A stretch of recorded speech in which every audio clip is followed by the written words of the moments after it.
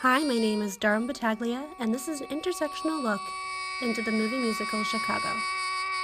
5, 6, 7, 8.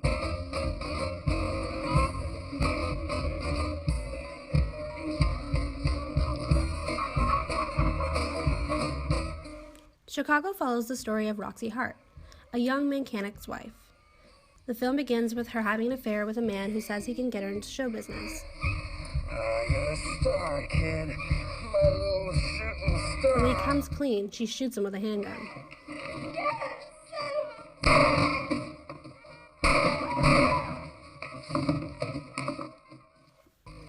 Roxy is carted off to the county prison, where she encounters fellow murderer and performer Velma Kelly. You're the Velma Kelly. Do you know why I was there that night? I was there the night that you got arrested. Yeah, you and half of Chicago. Throughout the film, the two inmates battle each other for their names in the press. With help from their expensive and media manipulative lawyer, Billy Flynn, both Roxy and Velma are acquitted. You were in the paper today, too. In the back, with the obituaries. Based in the 1920s, the film explores the darker side of first-wave feminism, when women had just recently won the right to vote. With that in mind, it's interesting to see that this musical has a large female cast, with exceedingly few main male roles. Although, despite the heavily female cast, it is disappointing that none of the three main women, although fantastically entertaining and full of attitude, they do not have many actual redeeming qualities. Take Velma and Roxy. Both of these women are unforgiving murderers that simply want to be in the spotlight. If we take a look into the film's most iconic song, the Cell Block Tango, we see the women of the film take on the roles of the femme fatales, as they unapologetically explain the murders that landed them in prison.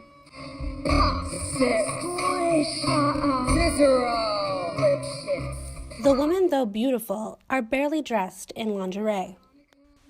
The fantastically symbolic choreography displays the women's stories, played out in Roxy's mind. Until later, when I was washing the blood off my hands, I even knew they were dead.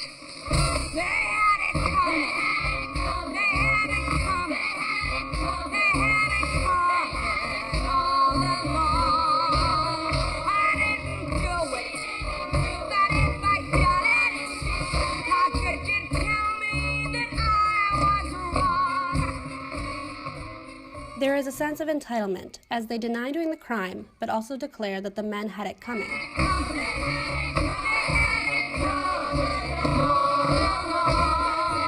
It is the rage within them and their passionate delivery that make us believe that the men, in fact, really did have it coming. And so, as we listen to these strong-willed women justifying their actions, we as spectators buy into their stories and hope for a positive outcome.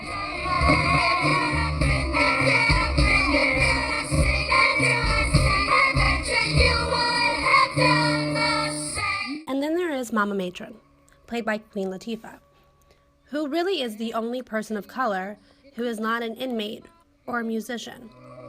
They'll tell you I'm the biggest mother hen. It is pertinent to note that there is not a person of color shown within any of the audience shots, not including Mama's song, or in the courthouse, other than Mama herself. On your feet. Welcome, ladies. As for Mama's character, at first she appears motherly and kind, but it is quite soon revealed that she manipulates her inmates, trading them contraband and phone calls to lawyers for money. When you're good to Mama,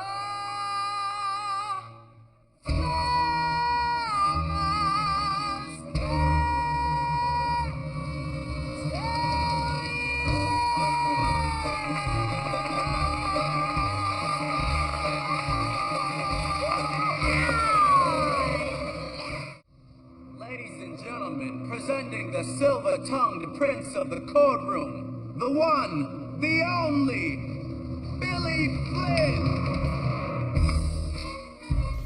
Now that I've mentioned the positives of this large female cast, of course there are always going to be some downsides. let's take a look at the best lawyer in Chicago that never loses a case, Billy Flynn. Roxy initially believes Billy Flynn to be a wholesome man who only cares about love. All I care about is love. That's what I'm here for. However, it is apparent that he is only in it for the money, and he uses these women as ways to prove to himself and the press how great of a lawyer he actually is. Shut up, dummy. Mr. Billy Flynn in the press conference rag. Notice how his mouth never moves. Almost. He manipulates not only Roxy to say and do what he says, but also the people covering and following this case. Your parents? Very wealthy. Where are they now? 6 feet under. But she was granted one more star. The convent of the Sacred Heart. Who he tricks into believing these fabricated lies.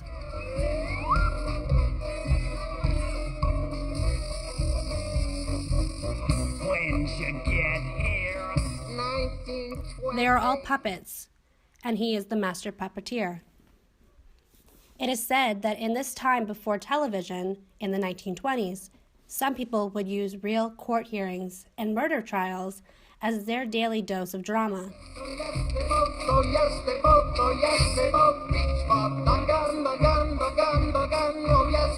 Billy Flynn controls the show.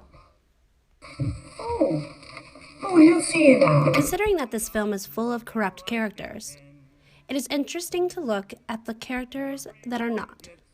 There are 2 main non-corrupt characters in this film, and they both get the absolute shortest end of the stick. Invisible.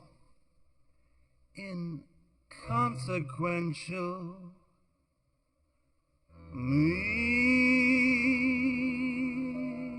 Amos, Roxy's husband, pines after her even after she has cheated on him and uses him in publicity games. Cellophane, should have been my name, Mr. Cellophane. He is unnoticed by everyone, including his wife. And in the end, even though he still would like to go back to her, she ignores him one last time. They didn't even want my picture. I can't understand that.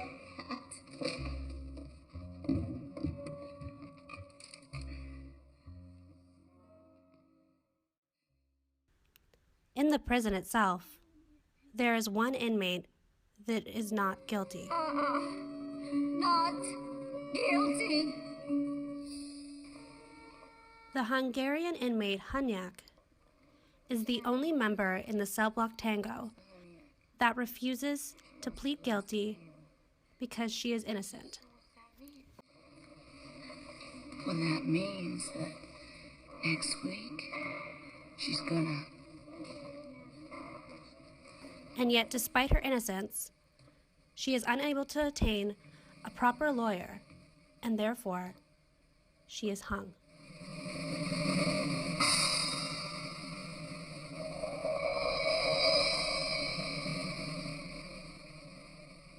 Both of these characters are of lower class. As mentioned, Hunyak does not have the money to afford a fantastic lawyer like Billy Flynn. And even though she is the only innocent inmate, she is the first woman to be hung in all of Chicago.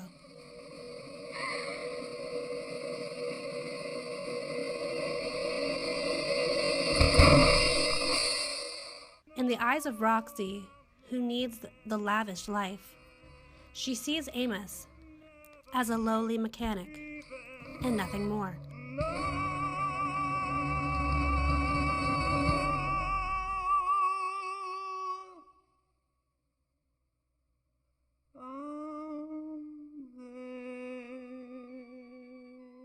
This entire movie is about reinventing your identity. Roxy had to reinvent herself for the press and the court, from an angry woman who killed her lover out of rage to a young woman trying to protect her unborn child. And then he came toward me with this funny look in his eyes. He was angry and wild.